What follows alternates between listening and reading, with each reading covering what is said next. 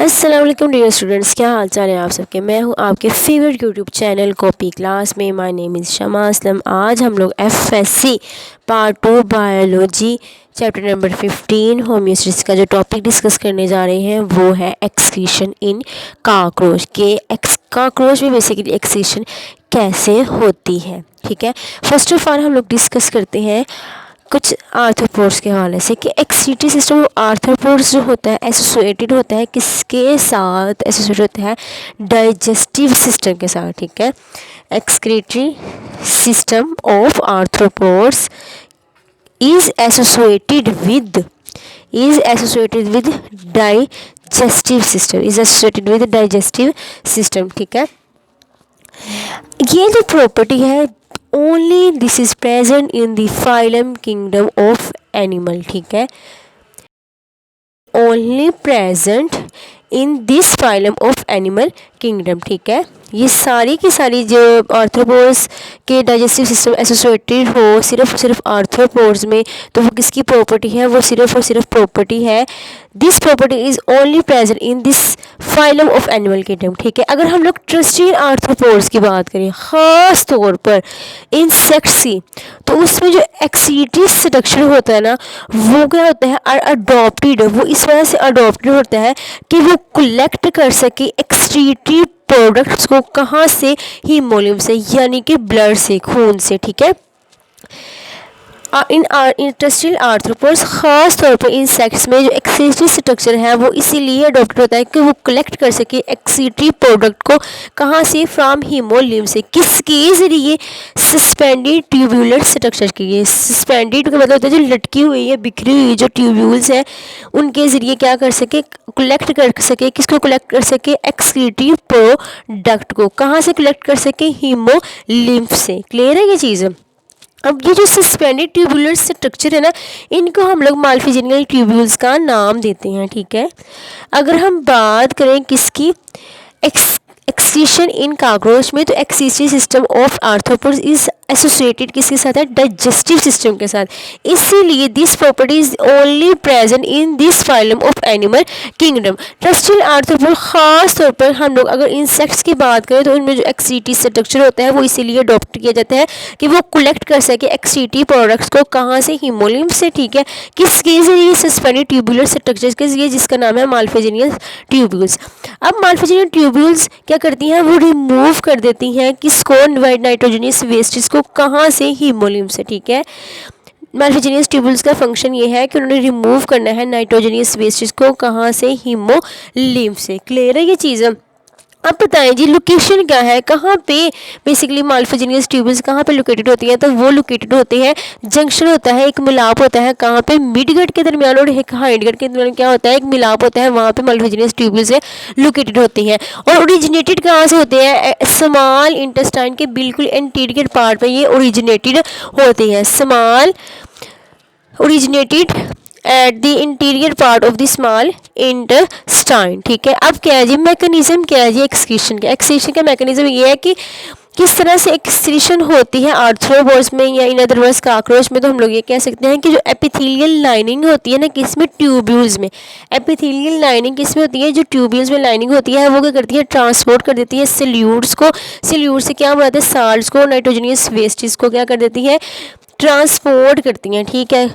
कहाँ से ट्रांसपोर्ट करती है? फ्रॉम हीमोलियम से, ब्लड से। किस में? Into the lumen of tubules की ल्यूमन में क्या कर देती है? ट्रांसपोर्ट कर देती है। मैं दोबारा से रिपीट कर रही हूँ इस चीज़ को कि एपिथेलियल लाइनिंग जो होती है ट्यूब्यूल्स में जो एपिथेलियल लाइनिंग होती है वो ट्रांसपोर्ट करती है सल्यूट्स को। कहाँ से? हीमोलियम से। किस में? ट्यूब्यूल की ल्यूमन के अंदर। क्लियर है ये चीज़। अब हम नेक्स्ट इसकी बात करते हैं कि अगर हम लोग फ्लूइड की बात करें तो वो किसके ज़रिए पास करेगा? वो पास करेगा हाइंड गट में। किस में पास करेगा? हाइंड गट में। हाइंड गट से पास करेगा रेक्टम की तरफ। क्लियर है ये चीज़। Fluid then passes to hindgut into the rectum. अब रेक्टम का क्या काम है, इसने क्या करना है, रीअब्जॉर्ब करना है साल्ट को और वाटर को। रेक्टम का फंक्शन क्या है, उसने क्या करना है, रीअब्जॉर्ब करना है साल्ट को और वाटर को। और जो नाइट्रोजनियस वेस्टेज होनी है वो एक्सक्रीटेड की जाएंगी, वो खारिज करेगी किसको, सॉलिड एक्सीटा को, ठीक है। और form uric acid along faeces, और वो क्या बना देंगे, यूरिक एसिड को बना देंगे किसके साथ, फीसिस के साथ। क्लियर है ये चीज़। Rectum reabsorb most of the salt and water, और नाइट्रोजन वेस्टेज आर एक्सक्रीटेड की जाती है, खारिज की जाती है किस फॉर्म में, एज सॉलिड एक्सीटा के फॉर्म में, in the as solid excreta in the form of uric acid crystals along with the faeces, uric acid crystal along with faeces, ठीक है। अब हम लोग बहुत ही इंटरेस्टिंग इन्फॉर्मेशन के बारे में पढ़ने लगे हैं, वो ये है कि जो इंसेक्ट्स है ना, वो सिर्फ और सिर्फ जानवरों का एक ऐसा ग्रुप है जो एलिमिनेट करता है वेस्टेज को, यानी कि जो एक्सीटिव वेस्टेज को किसके साथ, फीसिस के साथ। Insects are the only group of animals which eliminate करता है वेस्टेज को विद फीसिस के साथ। क्लियर है। अदरवाइज सारे के सारे जो दूसरे जो जानदार हैं उनका क्या काम होता है, उनके अंदर कोई भी स्ट्रक्चर और फंक्शन रिलेशनशिप नहीं होता। There is no structure and function relationship between digestive and excretive system, ठीक है। सिर्फ और सिर्फ इंसेक्ट्स की ही ऐसी खसूसियत है कि उन्होंने वेस्टेज को फीसिस के साथ एलिमिनेट करना है, बाकी सारे के सारे जानदारों में कोई भी ना तो स्ट्रक्चर है और ना ही फंक्शनल रिलेशनशिप है between digestive and excretive system.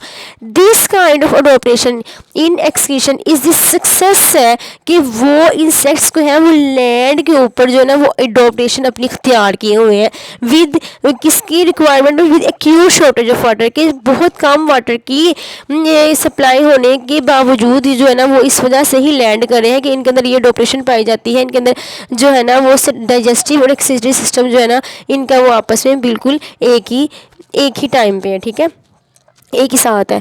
जबकि दूसरे एनिमल्स में ऐसा बिल्कुल नहीं है, जैसे कि हम लोगों ने अभी पढ़ा है कि डाइजेस्टिव एंड एक्सक्रीटिव सिस्टम के अंदर कोई भी रिलेशनशिप नहीं है इन अदर एनिमल्स में। ये जो करेक्टरिस्टिक्स है वो इस काबिल बना देती है कि वो ये लैंड पे एक्सिस्ट कर सके। बहुत ज़्यादा ये क्वेश्चन आ जाता था, differentiate between excretive system of insects and other animals के, इंसेक्ट्स का और दूसरे एनिमल्स को एक्सक्रीटिव सिस्टम हम लोग किस तरह से डिफरेंशिएट कर सकते हैं, तो उसका आंसर यही है। अब हम लेंगे कि इंसेक्ट एक्सक्रीटिव सिस्टम बिल्कुल एक सिंपल सी डायग्राम के ज़रिए यहाँ पे मैंने रिप्रेजेंट किया है। ये देखिए, ये माउथ है, ठीक है, फेरेनक्स, इसोफिगस, क्रोप, वेंट्रिकुलस, ठीक है। उसके बाद ये देखिए कुछ मालिफिजिनस ट्यूबुल्स दिखाई होती हैं, इलियम है, रेक्टम है और एनस है, ठीक है। रेक्टम का एक मैंने काम बताया था, इसे करना है रीअब्जॉर्ब करना है साल्ट्स को, नाइट्रोजनियस वेस्टेज को, ठीक है।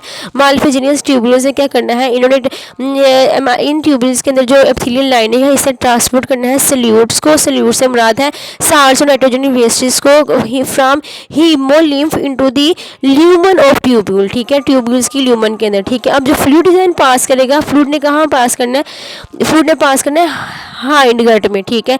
जब इसने हाइंड गट में पास करना है तो यानी कि रेक्टम में पास करना है, और रेक्टम का काम क्या है, इसे साल्ट और वाटर को रीअब्जॉर्ब करना है और बाकी जो नाइट्रोजन वेस्टेज होती हैं वो एक्सक्रीट करनी है किस फॉर्म में, यूरिक एसिड क्रिस्टल्स की फॉर्म